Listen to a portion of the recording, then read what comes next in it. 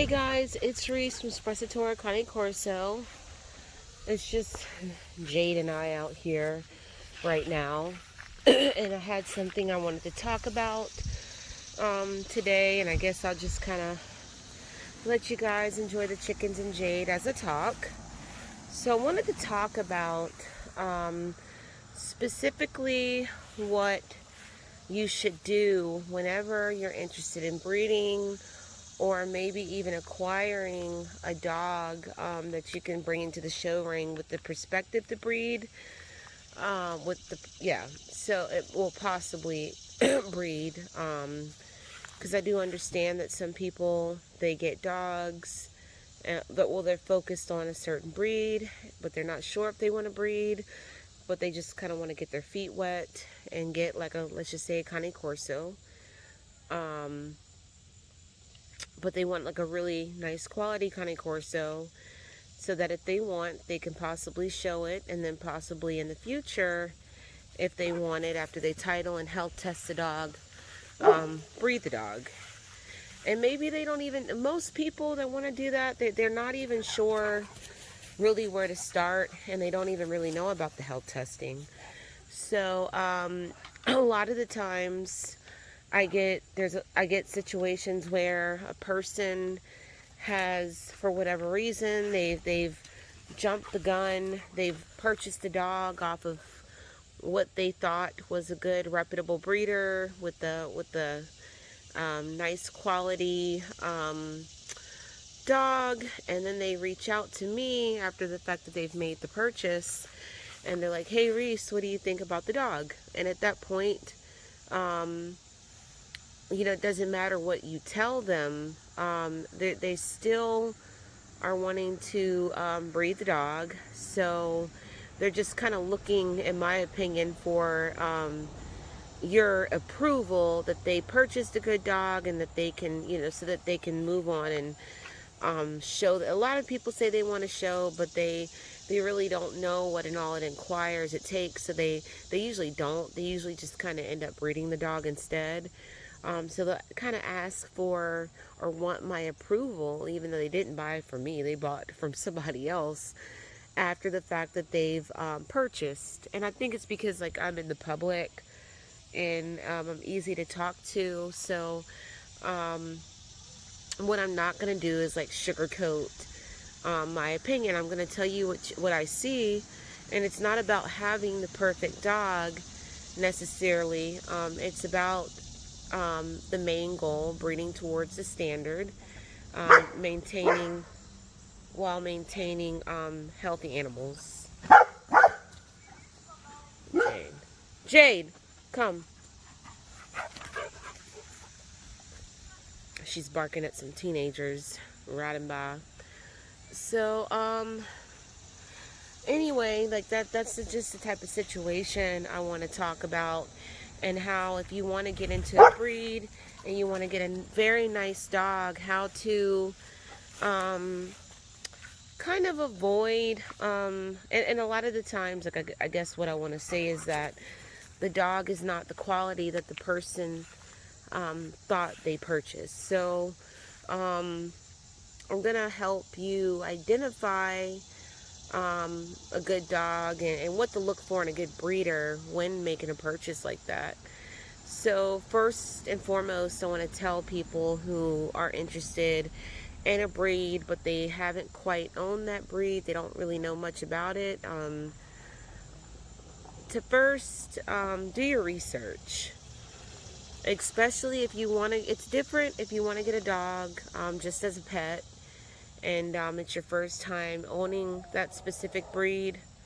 But it's a whole nother thing if you would just want to jump in a breed and just start breeding it. I do not recommend doing that. So what I would say, if you're the person who sees a breed like the Cane Corso and you like the Cane Corso, but you've never had the first experience with one, come on Jade. You've never had the first experience with one, and you're looking to buy one to breed. First of all, do not jump that gun. Because 9 times out of 10, if you've never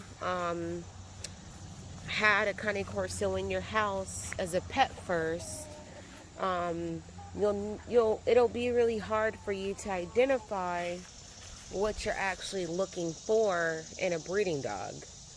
Um, so first of all, I would say don't jump that gun. Don't go into buying the dog just yet. Go to some dog shows, talk to some breeders, see if you can see their dogs in person, and just talk to a lot of people and their experiences. And then when you get to the point, and read the standard, read and get an understanding. Come on, Jade. Anyway, read and get an understanding for the standard, and just try to really invest time into finding out what the Corso is and what it should be. So do a whole lot of research. Don't just do this thing where you're just kind of looking it up for like a week and you think you've submerged yourself and you're ready to buy. Because if you do, you'll make a really expensive mistake. And a lot of people starting out in this breed specifically, even if you're starting out and you've had prior experience with other breeds, they still mess up. And the screw ups in this breed are very costly because the Cane Corso is an expensive dog. You'll pay for one, whether you buy it outright for a very costly price, or you'll pay for it if you purchase a cheaper dog, because usually the cheaper dogs have issues, whether it's health or temperament, and so you end up costing yourself money in other ways, right? And so you shouldn't just jump the gun. You really want to take your time, and I guess this would apply to people just buying pets too. Take your time, talk to people, see the dogs first, and really try to get an idea of what a Cane Corso is, what it should be, and etc. So anyway, what you should do from there is after you've done your research, which the research should take months. You know what I mean? It should take months to possibly a year before you just decide to jump the gun and buy specifically a Cane Corso. So you did your research, and now you're ready to buy. And by then, hopefully, because you did your research, you kind of know what you're looking for.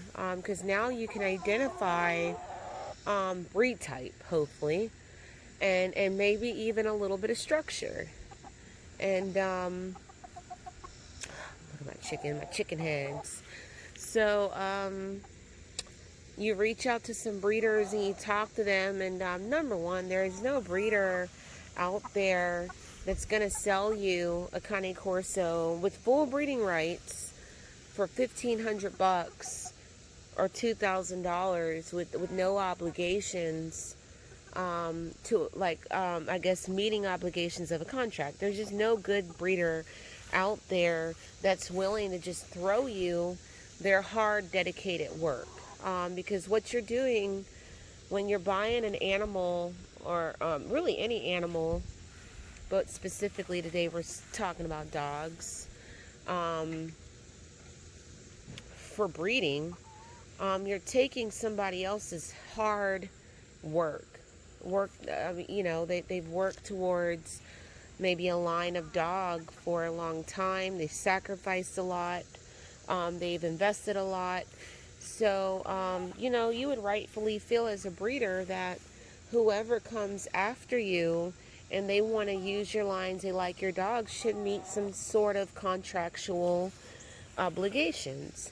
And honestly, a breeder has the right to require any obligation that they want, really.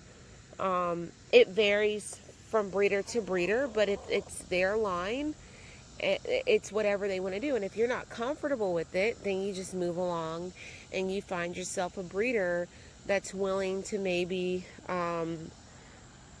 has obligations that you can agree to. And usually the obligations of the contract on a very, very nice dog is that you show that dog, health test that dog, and maybe do a few other things, and then you're able to breed that dog. And so usually those are obligations that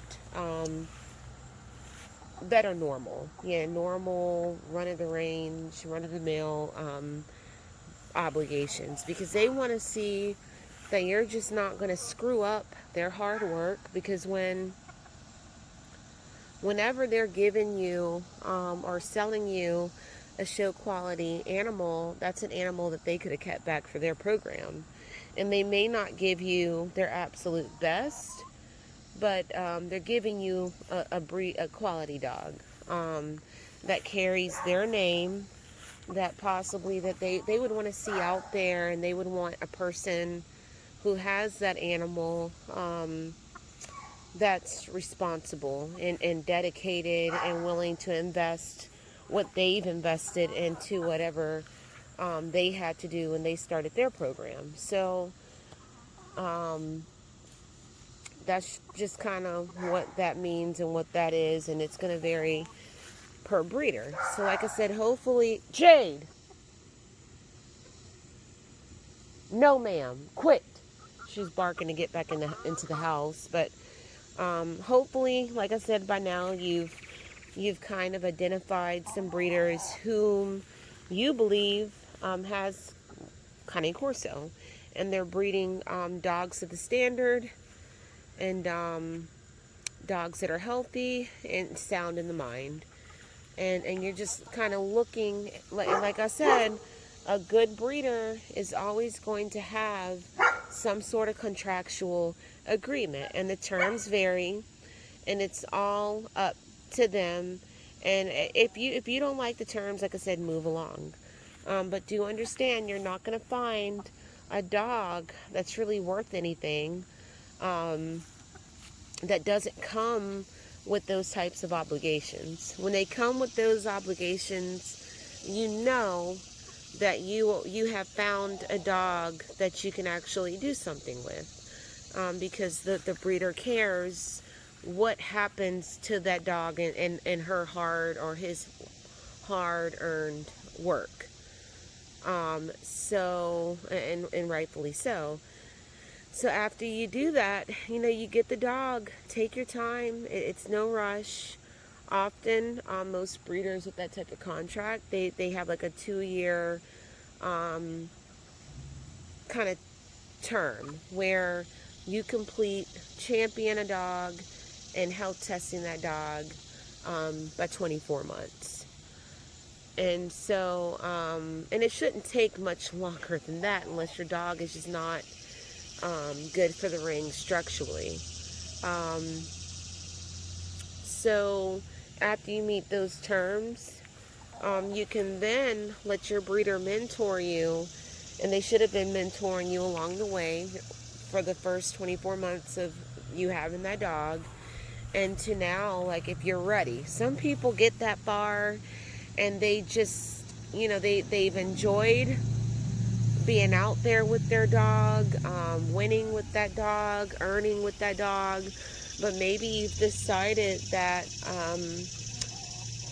breeding's not for you, because by 24 months you start to kind of have interactions with, you start having interactions with the community, and you start talking to people, picking people's heads and minds, and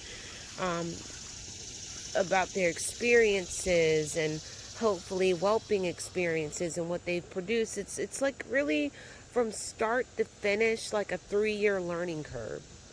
You're not going to learn what you need to learn about any breed overnight. It's not going to happen overnight. It's a learning curve. So it's like you have this 3 years of dedication and investment, right, before you even get to really breed your dog. 1 year of studying and finding out about the breed to buy a proper dog. that meets the breed standard and hopefully is healthy and mentally sound. And then 2 years of rearing that dog and investing and showing and health testing that dog. And so then when you get to the end of that, you can decide if you're going to breed the dog or not, male or female. And if you do, I recommend you do more research and see sires in person and let your breeder mentor you. One thing about it is if you purchase from that breeder, you should trust that breeder. You and that breeder should have almost the same vision and goals for the breed. So you should be able to go back to that person and let them help you. That's what they're for. You know, when you purchase any dog, pet, or, breeding show, a good ethical breeder will always be there for the lifetime of the dog for mentoring. So don't rush it. If you're in it to buy a pet or a breed quality dog, if you're new to the Cane Corso and you want to breed, do not rush it. Do your research. See as many dogs and have as many experiences as you can, because you will regret it if you just jump into it feet first. And I get people all the time that, like I said, they jump in feet first and then they ask questions later, and then 9 times out of 10 they find out that they've wasted their money. They're not hearing what they thought they would hear about their dog, because number one, they didn't really know what they needed to know about the breed in the first place, and number two, they just lack good structural knowledge anyway. Because when we're talking about animals that's going to breed, we're talking about not just temperament and health, but we're looking for, look at my rooster, he's such a proud bastard. Watch him when I walk up to him. There he goes, look at him, just proud and just angry. So we're not just talking about an animal that just has a good temperament. We're talking about an animal that has a good temperament, has good health, and has good structure and good traits for its breed. And most of the time you really have to have the knowledge when you're purchasing a breed animal.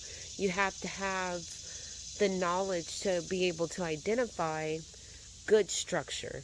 And then from good structure, you have to be able to identify actual breed identifying traits. Okay, so I just wanted to talk about that because it's been on my mind.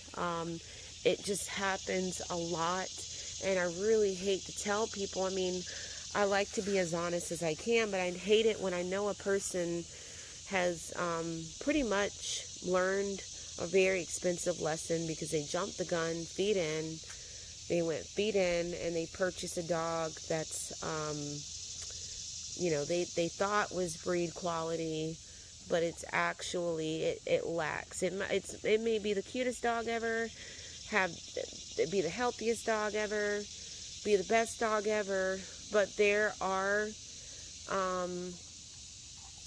differences between show dogs, breed quality dogs versus pet dogs. So sometimes, let's just say, like, if you've been in it a while as a breeder, some breeders, the goal for a breeder is to produce that consistency where you do have dogs that are absolutely just all around just great dogs, structurally, temperament, and health wise, but they breed it so consistent that they have to nitpick and weed out the best from the best, and that's a good problem to have as a breeder, actually. But they still were able to identify, even though the breeding was successful and all the puppies were structurally sound, that there is a difference that made a puppy slightly better. You know what I mean? And that's why they're able to pet out the other dogs. So as a breeder, the goal is to breed better and better and closer to the standard. So I wanted to talk about that and how to identify that, and hopefully I'm helping people out and they won't jump both feet in and make a mistake. And let's just say you think, I don't know what this chicken is doing, but hopefully she's thinking about laying an egg, because they are a bunch of freeloaders. She's kind of off by herself. She's kind of, maybe she's just foraging, but it's kind of weird that she's away from the flock, so I'm going to watch her a little bit. And for those who want to import, you have to understand when you're importing, you're not getting away from bad dogs. There are bad dogs here, and there are big bad dogs there. So there are bad dogs and there are good dogs all over the world. And the difference is that you're here and you have some control domestically where you are at the moment to actually be able to go out and see what you're buying before you buy it. But when you're buying out of your country, outside of your country, and you're importing, you can't see specifically what you're buying. You really have to trust the breeder. And from my experience, even though I love importing dogs, it takes having a relationship with the foreign breeder for them to really sell you anything that's really worth anything. Because their best dogs, they're keeping. You know what I mean? They're keeping their best dogs, and they're selling their best dogs to their friends first. When you're out of their country and they don't know you from a hole in the wall, why would they sell you even a third pick pup? You know what I mean? You really have to ask yourself that. So a lot of the times we end up with these not so good imports. So it's better to first be able to identify all these things, get your first dog where you are domestically, meet obligations, breed first before you even consider importing, because in order to import, you really have to have an eye and be able to identify structure. At least, at the very least, you have to be able to identify that, because you can stack out a puppy and hide, or even an adult dog. You can stack out an adult dog, a puppy, and you can hide a whole lot of things in a stack. And what you think looks good in the picture, it's not the true dog in person. And anybody knows it's imported, specifically Cane Corso, would know that. You do not want to jump in feet first and import a dog, because they're not going to sell you their best. And you're not going to be able to know that you're not getting the best because you can't identify the structure.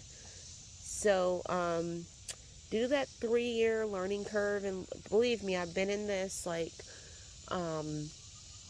really, I would say altogether I've been into the breed for 8 years now. 8 years I've been into the Corso, and I've took my time. That's why my program is fairly new, because I've really taken my time with what I've done.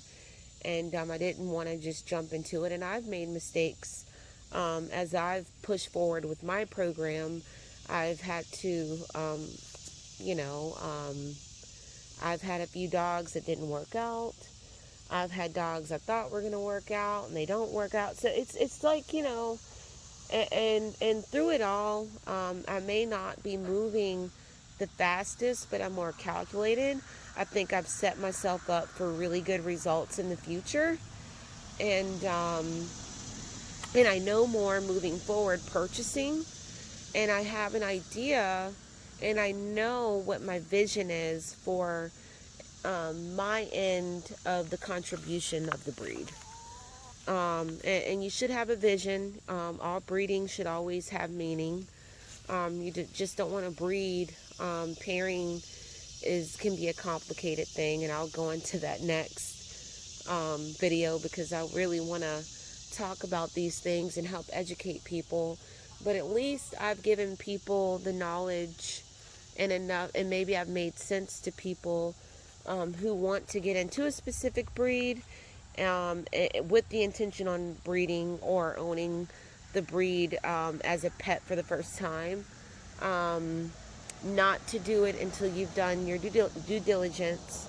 And I promise you, you do all these things, give it some, invest your time into studying and seeing them, you will end up with a better dog at the end of all that. So anyway, you guys, I'm gonna let you go. I've been going on and rambling 25 minutes.